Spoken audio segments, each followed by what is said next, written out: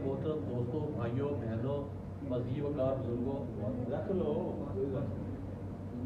अस्सलाम वालेकुम।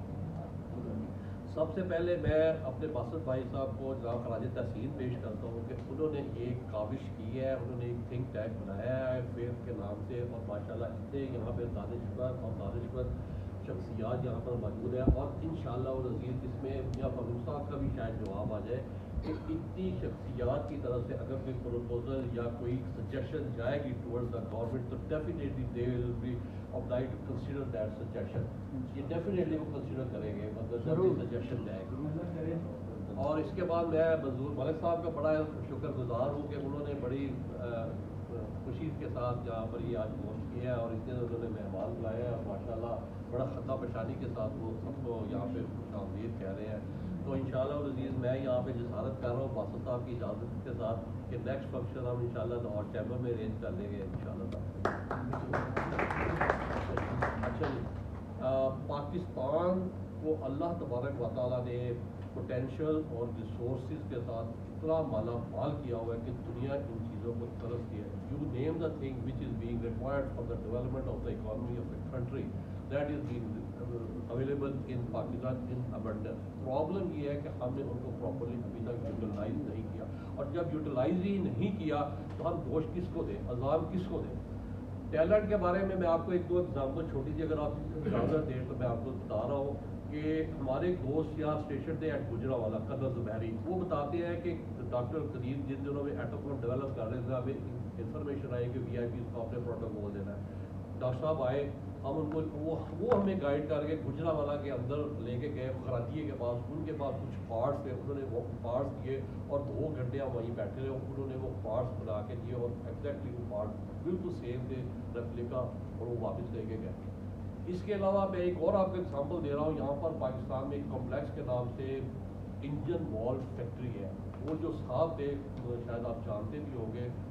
He was simple matriculate, Germany गए, उन्होंने फैक्ट्री विजिट की, सुबह से शाम तक फैक्ट्री विजिट की, और सारा उन्होंने जो प्लान था ना वो रिट्रीव किया अपने जहन में, वापस शाम को या अगले दिन वापस आ गए, और वही प्लान उन्होंने अपने जो आर्किटेक्ट या जो इंजीनियर्स थे उनको दिया, और उस प्लान के तहत वो फैक्ट्री लगी, और आज वो इस बहुत ज़बरदस्त किस्म के इंजन वॉल्स बना रही हैं। ये पाकिस्तान के लोगों का टैलेंट है जो कि आज तक यूटिलाइज नहीं किया गया। 1953 में नेशनल मोटर्स वालों ने गाड़ी बना ली थी पाकिस्तान, क्यों नहीं आगे डेवलप हो सकी, आपको सबको कहूँगा। मलिक मंजूर साहब ने जो यहाँ पर प्रपोजल दी सेल टैक्स के बारे में, और जो दूसरे टैक्स के बारे में, एडवांस टैक्स के बारे में, अगर वही मतलब कि हम उसको अपना लें, उनको अडॉप्ट कर लें, तो मेरे ख्याल में यहाँ पर इंडस्ट्री की बहुत सूरत बेहतर हो सकती है। अब मैं आपको बजट की प्रपोजल थोड़ी सी देना ये चाह रहा हूँ कि जो इंडस्ट्री है, मतलब इससे universal fact, it plays a vital role for the economic development of a country. हम IMF से, वर्ल्ड बैंक से भीख मांगते रहते हैं, कर्ज मांगते रहते हैं, मुल्क भीख और कर्ज से नहीं चाहते। मुल्क देखा जाता है कि आपके पास एक्सपोर्ट ओरिएंटेड बेस कितना मजबूत है, आप कितना मतलब ये चीज़ बाहर मुल्कों में भेज सकते हैं, और उसके लिए हमें सिर्फ और सिर्फ जो है इंडस्ट्री, उस पर कंसंट्रेट करना है। इंडस्ट्री को हमने बढ़ाना है, इंडस्ट्री को हमने यहाँ पे समुद्री रन करना है, उसके लिए हमने पॉलिसीज़ बनानी है, और उसको हमने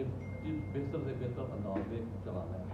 मेरी खान साहब से एक दफ़ा मुलाकात हुई थी, 2-2.5 मिनट, मैंने उनको यही जोर दिया था कि जिस तरीके से, वही मैं बात रिपीट कर रहा हूँ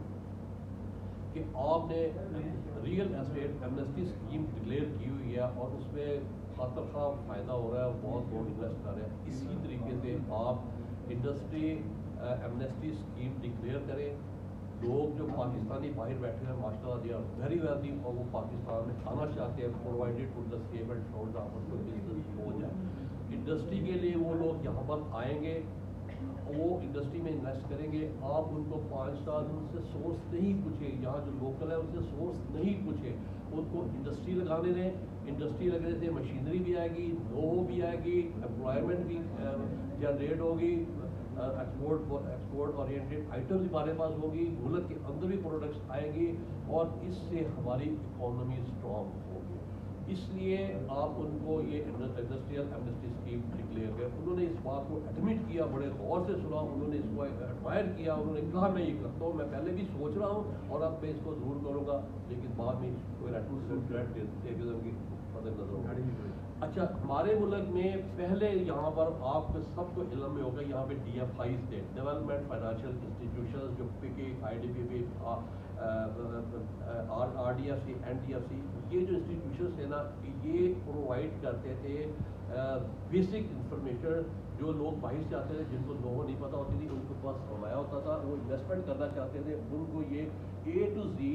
ہیلپ دیتے تھے، سجیسٹ کرتے تھے، پروپوز کرتے تھے، ان کے لیے پیس آف لینڈ لیتے تھے، بلڈنگ بناتے تھے، مشینری پروکیئر کرتے تھے، را مٹیریل کا بتاتے تھے، وہ فیزیبلٹی انہوں نے بنائی ہوتی۔ لیکن وہ چونکہ پولیٹیکل بیسس پر انہوں نے بہت سارے مطلب کہ اس طرح کے پروجیکٹ فائنانس کیے، اور پولیٹیکل بیسس پر جب پروجیکٹ فائنانس کیے جائیں وہ سب سارے ساتھ نہیں چڑھتے، اور وہ سنسیئر اور جو سیریس لوگ ہوتے ہیں وہی مطلب کہ یہ پروجیکٹ بہتر انداز میں چلاتے ہیں۔ میرے خیال میں اس طرح کے انسٹیٹیوشن یہاں پر آج نہیں ہے،